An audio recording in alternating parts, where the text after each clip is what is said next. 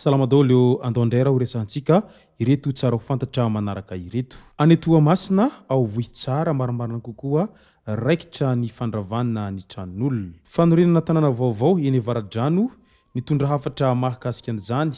ireo solitena avy ao amin'izay resaky ny fanamboarana trano izay. Anetoliary lavon'ny balan'ny polisy ny maraina teo ny lehilahy iray izay mpanao fanafihana sy mpanendaka ao amin'ny fokotany Ambohitsabo sy ny manodidina ary eny amin'ny Alahonko ao Amorondriaky. Sambo merci sips rehefa nikasany hampitsahatra ny fandidiana dia indroary fa nahazo taratasy alalana hanohy an'izany asa fitsaboana izany izy ireo tamin'ity herinandro ity. Sady matiray no matireny ireto zaza mianadahy kely reto tendry 20 taona mialy 7 taona eny Ambodivona Ambohimanarina iny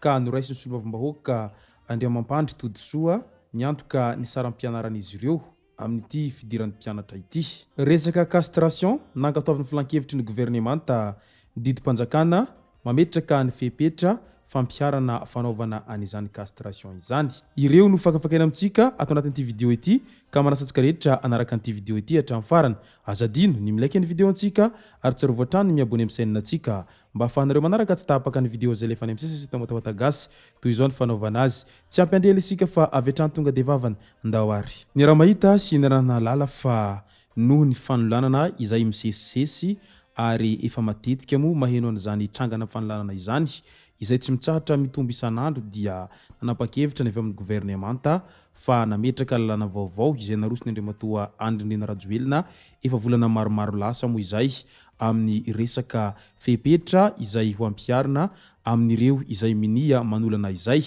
Na manolan-jaza moa izany na manolan'olon-dehibe fa rehefa manolana dia ao anatin'ny fanolanana daholo no ilazana an'izany ka ny fepetra napetrany tamin'izany moa amin'ilay hoe izay rehetra tratra manolana dia tsy maintsy hovosirana na atao castration na castration chimique izany na castration physique mba ahatonga azy ireny tsy hanana hetaheta amin'ny filana izany tsony. Rehefa napetraka elaniela moa ny mahakasika an'izay lalàna castration izay dia indroary fa nankatoavy ny filan-kevitry ny Governemanta didi-panjakana izay mametraka ny fepetra mba ho fampiarana an'izany fanaovana castration izany tamin'ity herinandro ity. Maro moa ny taitra sady gaga raha vantany voanahendo an'izany fampiarana an'ny resaka castration izany izay nankatoavy ny Governemanta amin'izao fotoana izao. Ka misy ireo izay maneho ny heviny milaza hoe raha izany angamba dia mety ho maromaro ihany no ho voavositra aoriana izao fampiarana an'ny lalàna izao. Ainganeka mba hiatra amin'ny rehetra izao lalàna resaka castration izao fa tsy ireo izay madinika ihany no ampiarana azy fa nizanizany manolana dia tokony hiarany an'izany resaka castration izany avokoa. Sady matiray no matireny ireto zaza mianadahy ireto tendry izay vao 20 taona monja ary mialy 7 taona eny Ambodivona Ambohimanarina no misy azy ireo ka vantany voanaheno an'izany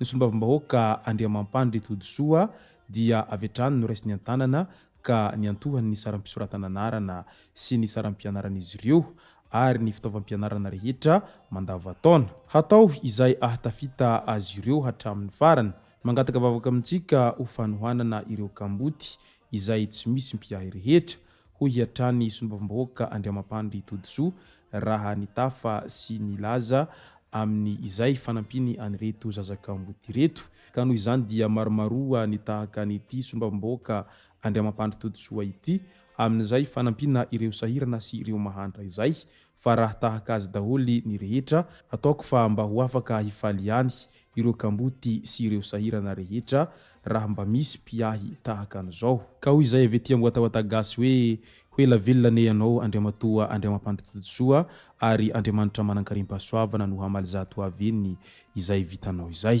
Ny sambo merci chipsa indray rehefa nikasa hampitsahatra ny asa fandidiana rehetra ho an'ny volana septambra ny merci chips dia nankatoavin'ny filan-kevitry ny ministra tamin'iny andro maliny ny firisonana amin'ny fanaram-piarahamiasa vaovao eo amin'ny Governemanta malagasy sy ny eo anivon'ity sambo ity. Tamin'ny taona 2024 no natao ny fanaovan-tsonia fiarahamiasa voalohany ary ny taona 2024 ny faharoa efa ifarana nefa ny fehim-potoana io fifanarahana io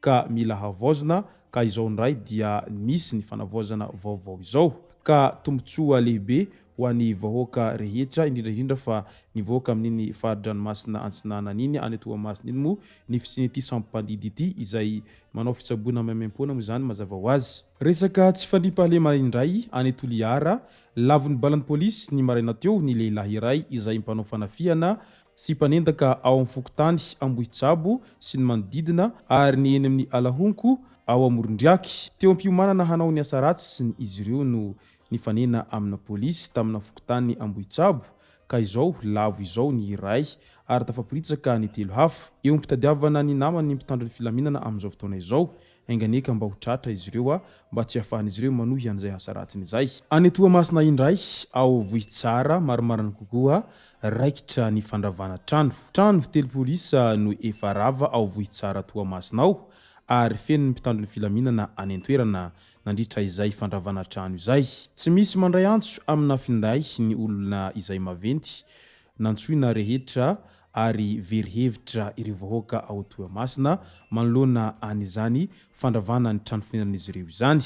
ka maro mametra-panontaniana amin'ilay hoe inona marina no tena ambadika an'izay fandravana trano izay. Mahakasika ny fanorenana tanàna vaovao eny Avaradrano indray hanangana tanàna vaovao izay efapolhara eny amin'ny faritry ny Avaradrano ny fitondram-panjakana araky ny nambaran'ny sekretera-panjakana misahana ny tanàna vaovao sy ny toeram-ponenana tamin'iny andro maliny hifandray mivantana amin'ny lalambe kodana mampitohy any Antananarivo sy ny Toamasina io tanàna vaovao io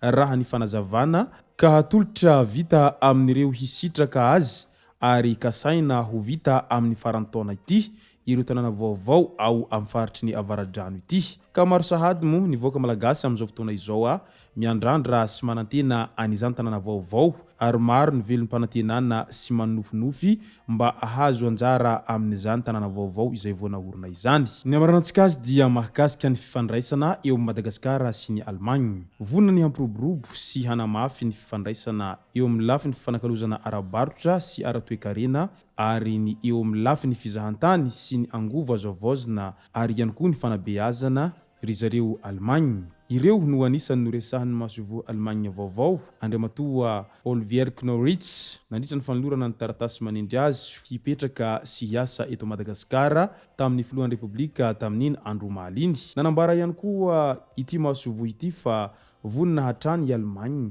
hanohy ny fiarahamiasa amin'ny Governemanta malagasy sy hanohana ny fanatanterahana ny politika amin'ny ankapobeny ny fanjakana. Izay sy zay moa no masaka azona roso tao anatin'ity video ity tomboko lasy tomboko vavy misaotra antsika rehetra nanaraka an'ity video ity hatramin'ny farany azadiny ny milaiky ny video antsika ary tsarovatra hatrany miabone amin'ny chaîne antsika mba ahafahanareo manaraka tsy tahapaka ny video zay lefany amin'ny sisy tao WATAWATA GASY tomboko lasy tomboko vavy mangasitraka dia mirary soa.